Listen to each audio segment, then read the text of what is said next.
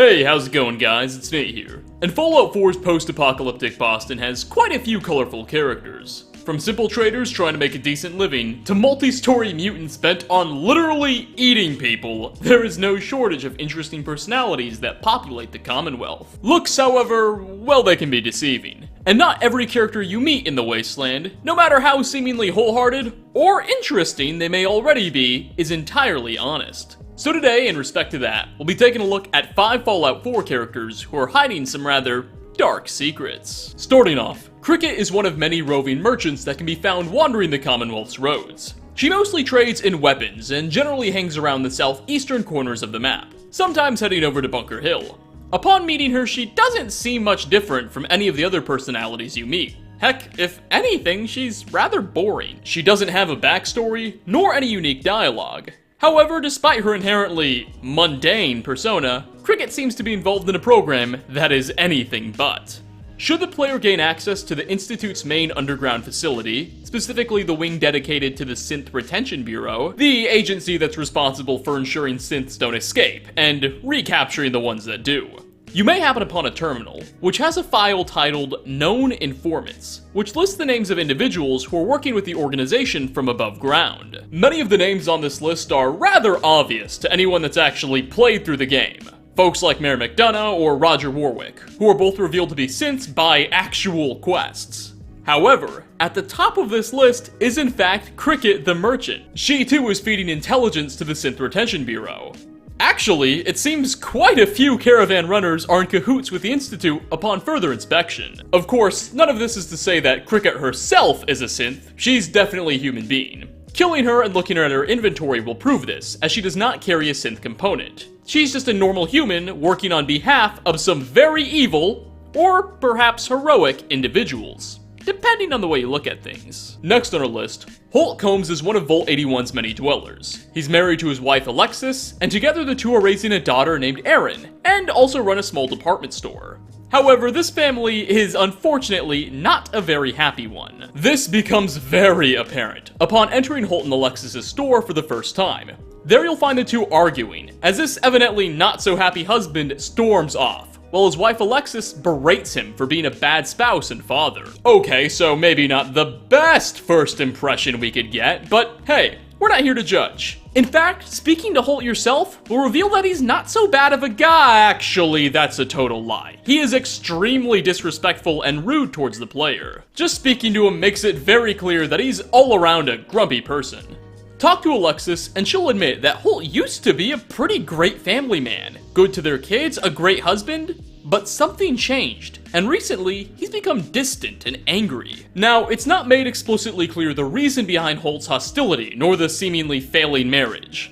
But if you're willing to do some digging, you can make a pretty educated guess. Should you follow Holt around between the hours of 10 and 12 o'clock AM, he'll wander into a supply closet, where he'll soon be joined by Tina DeLuca, a female fellow resident of the Vault. Now, the two won't actually do or say anything, they'll just awkwardly stand in front of one another for about an hour or so.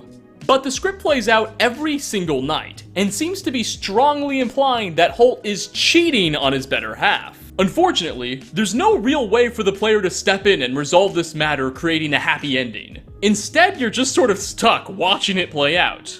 Unless you might be willing to murder someone to death.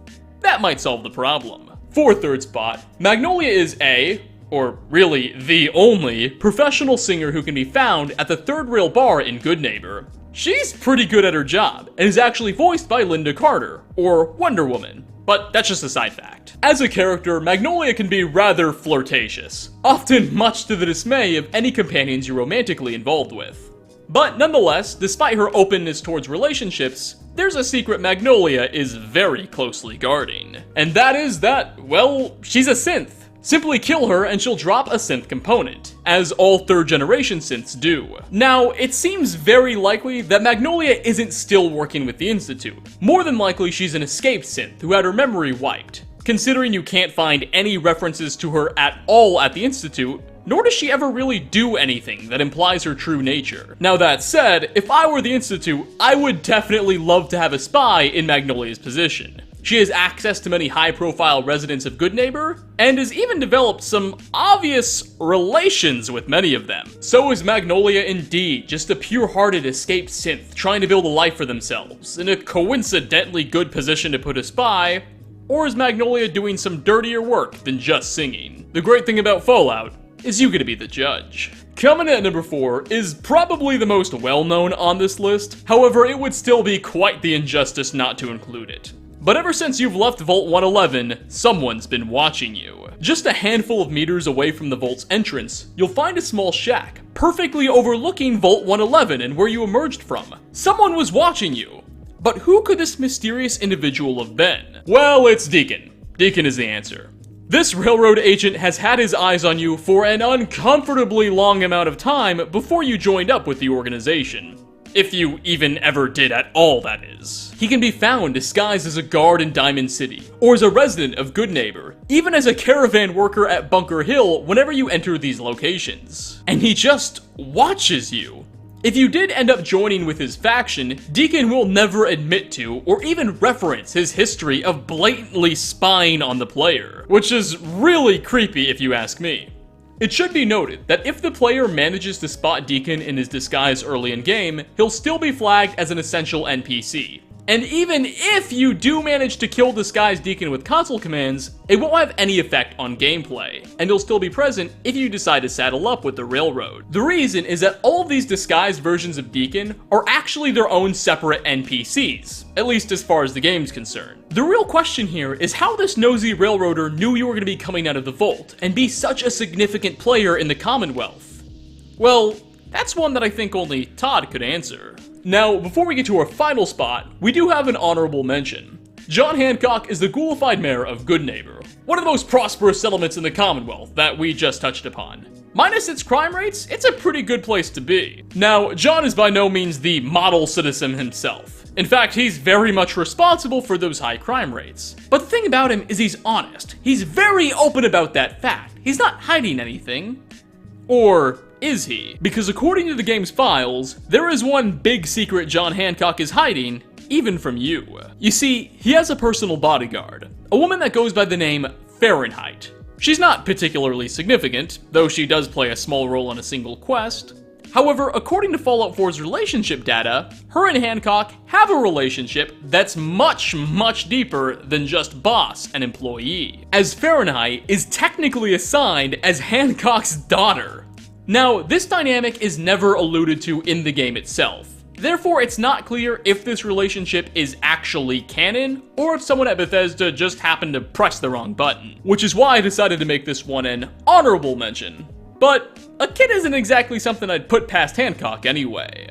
And finally, last on our list, Sturgis will likely be one of the first characters the player gets the opportunity to meet. He can be found early in-game, held up in the Museum of Freedom alongside Preston Garvey's group, as they're being besieged by raiders. After you save this posse and the game progresses, Sturge will offer the player a handful of quests to help rebuild Sanctuary, and even take on a more prominent role should you decide to go with the Minutemen in the main quest line. Altogether, Sturgis seems to be a pretty great guy. He's in good spirits and always optimistic, and can even be seen offering moral support to a few of his fellow settlers early on in the game.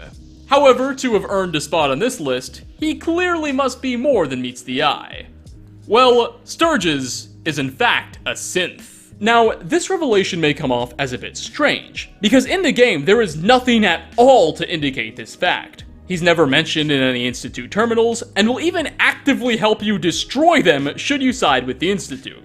So it's clear he and those Institute fellows are not working together, whereas with someone like Magnolia, it's still possible, I suppose. Now, you can probably guess that the way we know Sturgis is a synth is because he carries a synth component when killed.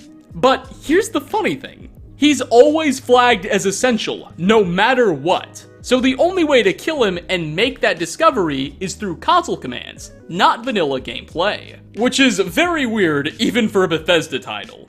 Seeing as he clearly no longer has any affiliation with the Institute, it's possible that Sturgis is an escaped synth, who happened to have his memory wiped and reset, likely with help from the Railroad. But we can't be too sure. Whatever Sturgis' true origins are, we'll likely never have the pleasure of knowing. But with that, we're going to wrap up 5 Fallout 4 Commonwealth characters and their dark secrets. Which on this list surprised you the most? And what shady NPCs do you know of that I've yet to cover? Leave a comment down below.